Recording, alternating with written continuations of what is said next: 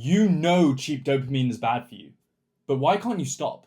Well, given you're watching this video about how to stop so you can finally actually lock in, your issue clearly isn't that you lack ambition. And no, the issue isn't that you need a digital detox or ice baths or more discipline. None of this really addresses the root cause of the issue. The root cause is way deeper than that, and to be honest, way more sinister. And I wish I knew this sooner, so I'm making this video as if I could be talking to my former self, so that I wouldn't have had to wait so long to finally cut out cheap dopamine. As that was the turning point, which led to the academic comeback, led to my first 5K month of my side hustle, and feeling generally way happier with my life now that I can finally let my ambition go to work. So I'm going to share it with you today in the form of a 3-step protocol that you can start implementing the moment this video is over. So the first step stems from this idea of cheap dopamine as the modern devil. Now he's not just calling it the modern devil as if it's something bad, something to avoid, oh it's the devil, but he's actually summarizing modern addiction science amazingly well. In the moments before consuming cheap dopamine,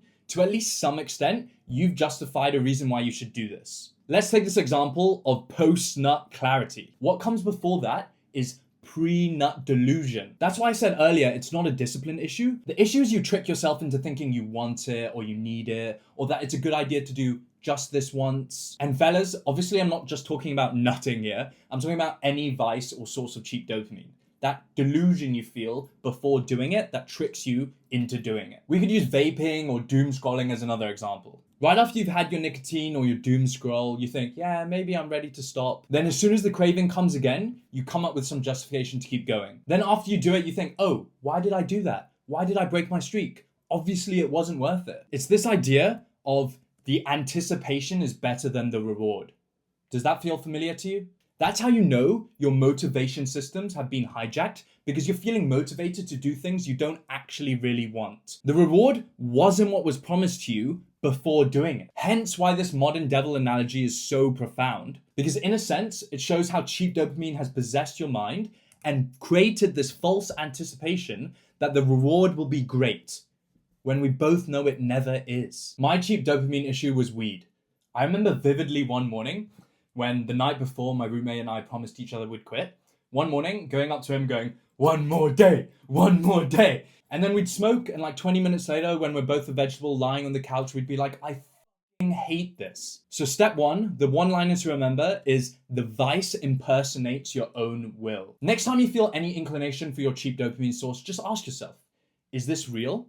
Am I sure the reward is going to be what I'm anticipating right now? Now, unfortunately, it's not as easy as that, because the whole thing about being deluded is that you are deluded. You will come up with some justification and trick yourself into thinking the reward will be worth it, and that'll make you do it again just this once. But that's why we have step 2 and step 3, so we can fully arm ourselves to finally put the nail in the cheap dopamine coffin. And by the way, if you want to quickly remind yourself why cheap dopamine is bad, check the description. So step 2. Now, this is particularly effective if you're hyper competitive. You need to recognize that cheap dopamine is not just a bit of harmless procrastination fun. It's not just a means of preventing your own success, but it's actually a means of you being preyed on for others' financial gain. The reason our generation is so hooked on cheap dopamine is because it's become extremely profitable. Your vulnerability to cheap dopamine is exacerbated and exploited so they can make money off you. It's in their interest to entice you. Weak men are good for their business. Do you think they care that you're harming yourself? Think about why gambling companies give away free bets. They know once people start, they tend to keep going. And so ultimately they make profit despite giving away the free bets initially. Why is Brazzers always free this week? Before, when you were negotiating with temptation, you'd always tell yourself, oh, just one more time. I'll quit later. All that's happening is that I just start tomorrow instead of today, right? Or this one I used to do a lot.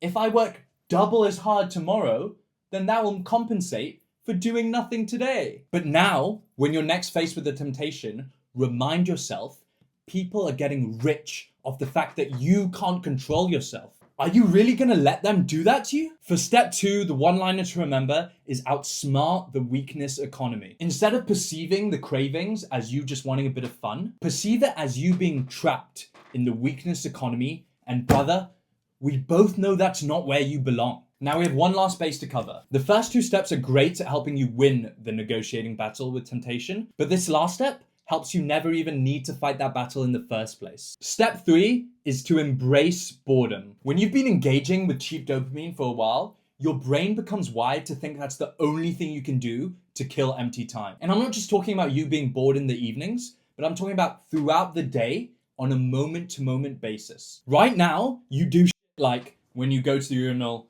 instinctively whipping out your phone. When you're waiting in line, you whip out your phone. When you're doom scrolling at a social function, mate, how old are you? Do you really need a VR headset with Subway Surfers playing in the bottom half while you converse with your mate? You need to understand that 99% of the things in life that move you forward are going to be boring. Things like reading or exercising or working long hours. If you want to make these activities easier for yourself, you have to be comfortable being bored. Just as you'd get hyped up for a big day at the gym to lift tremendous loads, I want you to approach your transport journeys as if it's a training session for your attention span. And here's the thing, once you start raw dogging your transport journeys and you're just standing there and you're looking around and you see everyone glued to their phone, you'll be like, what the f? These people are like crackheads. Was I really like that? If you've ever been pissed at yourself for being a degenerate and destroying your mental faculties, embracing boredom is your chance to undo all of that and earn it back. Every time you embrace boredom, you are leveling up these stats. Focus, meaning your ability to resist distraction so you can do the work necessary for success. And regarding these other stats, remember that natural high on life feeling you had as a kid?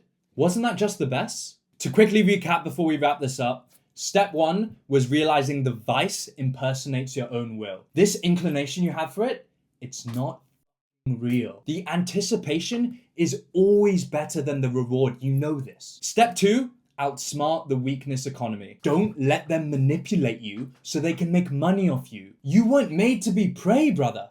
You were made for more. And step 3 is to embrace boredom as if it's a training session. Today we're hitting chest, but we're also hitting attention span and your ability to control yourself so you can finally get what you really want. I hope this has been helpful. Go well, brother.